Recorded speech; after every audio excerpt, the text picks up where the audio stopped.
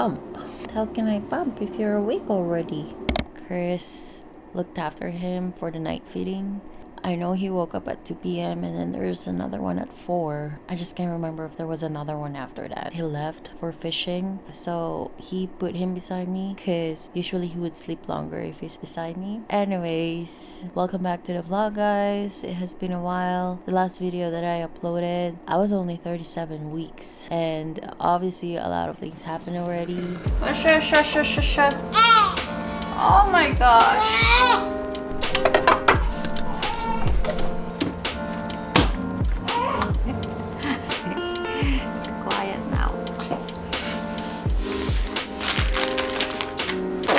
Whoa, excuse me.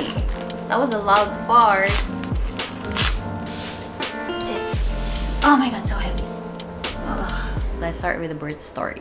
It all started on July 22nd. I was due for my bi-weekly checkup. Chris was with me, by the way, on that day. The doctor asked me if I wanted a sweep. I'm not gonna go too much into details of what a sweep is. You can always just Google that one. Comes with that sweep, doctor also was able to measure me if I was dilating already. And turns out that on that day, I was already 3 centimeters dilated. I was experiencing contraction throughout the day, but it comes and goes, and then the contraction wasn't really that painful. We even head out to Camille's place that night to celebrate Glenn's birthday, and that was probably the last time that I've seen them as well.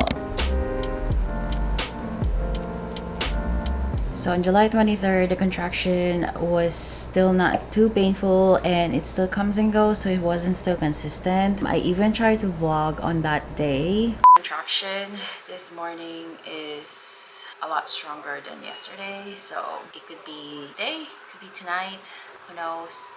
And then I got lazy after that. Around 10 p.m, it kind of felt like the contraction was already painful, I mean for me on my part, and it was a little bit consistent, so I told Chris we should head to the hospital already. But when the doctor measured me, I was only 4 centimeters dilated, so we were given the option to either stay at the hospital but I need to walk around, or we can go home first and then just come back. So we went home.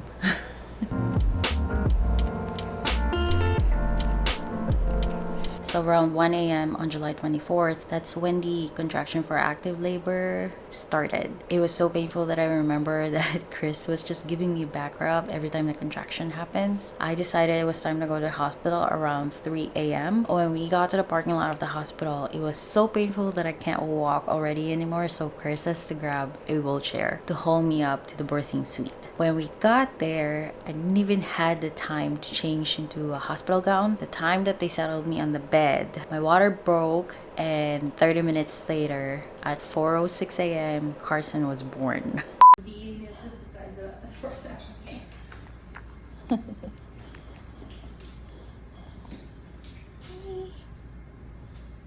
what you doing? What you doing?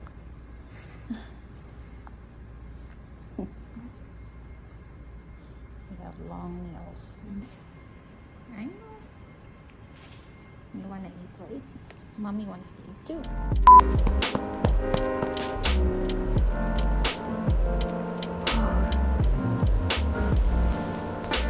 So when Chris and I got home, we were so tired that we literally passed out on the couch with Carson sleeping in the middle of us. He was on the big pillow. My milk production was still low at that time, so we have to supplement with formula. Yeah, I'm telling your story. So the first 2 weeks was very exhausting because I have to be awake every 3 hours to feed him. Even though I don't have that much milk yet, what I usually did was that I would latch him first on me, so that way my body would recognize the demand, and then we will top up with formula.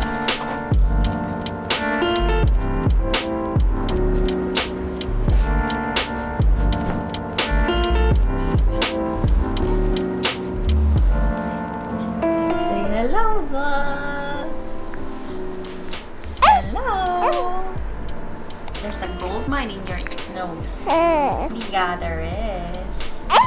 Yeah, So Chris took a month off from work when Carson was born. It was such a big help. So basically he was doing the house chores, the errands, the grocery, the cooking. He would even take over Carson just so I can shower or eat or even get some sleep. One thing that I would suggest for parents who has newborn is that they do a shifting. Take turns in feeding the baby at night so that way both of you can get some sleep. That's how Chris and I survived.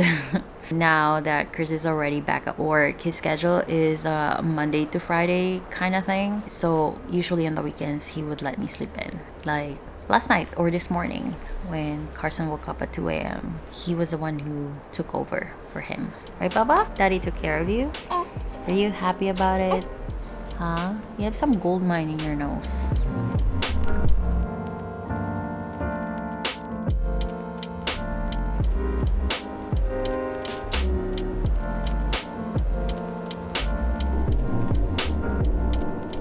Carson is turning 2 months on September 24th, and I still can't believe how fast he's growing up. When Chris went back to work, it was another adjustment for me because it's just me and Carson. The first time that Carson and I went out, just the two of us, we met up with Kath and Eliza at Metrotown. The drive was very stressful. He was crying hysterically, and the mirror at the back is shifted so I can't see him. I was so stressed, I can't do anything, and then all of a sudden he was quiet, so that made me more stressed. When we got in the mall, he was just sleeping the entire time in the stroller, and then he did it again when we were driving back home. It felt like he knew that no one was with him at the back.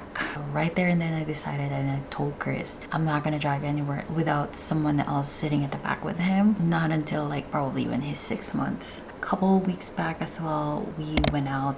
I put him on the stroller. It was a beautiful weather, so we just went to Starbucks and then we checked out the library as well. It was a pretty quick stroll, so obviously he fell asleep on his stroller and I got my steps in.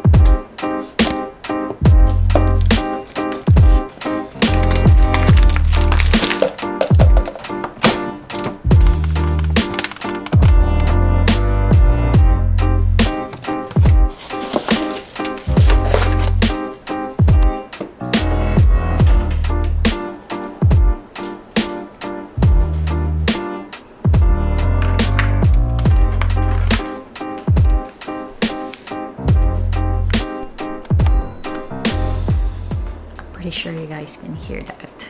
Hashtag mom life. Okay, so we are now back into reading. I took a break from it in August. I don't have time for it. Any spare time that I got in August, it was used in sleeping. The September TBR list was uploaded in Reels, so if you guys want to check that out. Chris was actually telling me to just borrow the books that I wanted to read, but the problem is the books that I wanted to read are all checked out and there's a wait list for it, so I don't think that's gonna work out for me. I also started going back to the gym. The goal is to actually work out minimum of 4 times a week. Kind of figure out it's about time already. We're just doing cardio right now, so I'm just hopping on a treadmill. It's been a while since I've done any strenuous workout. Also, the long-term goal is to go back to my pre-pregnancy weight when Carson turns 1. So that is something to look forward to.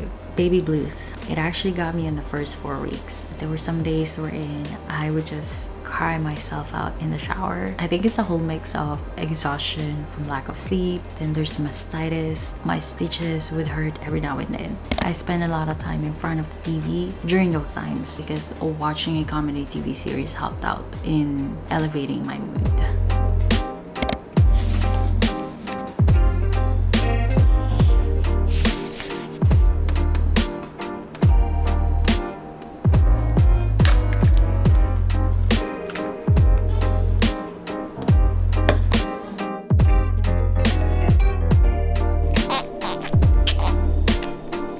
So on September 11th, I finally went out without Carson. I met up with Chantel for brunch and we went to the Global restaurant. The food was okay. There was nothing really too special about it. The appetizer that we got, I think that was the most appealing out of the 3 food that we ordered. It was a very good catch up with her. I can't wait for our monthly meetup to be back on board. Because mommy needs her life back. A little bit of regular life back.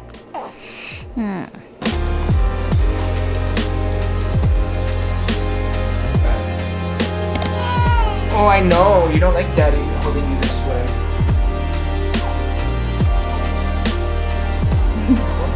Hold on. Other way.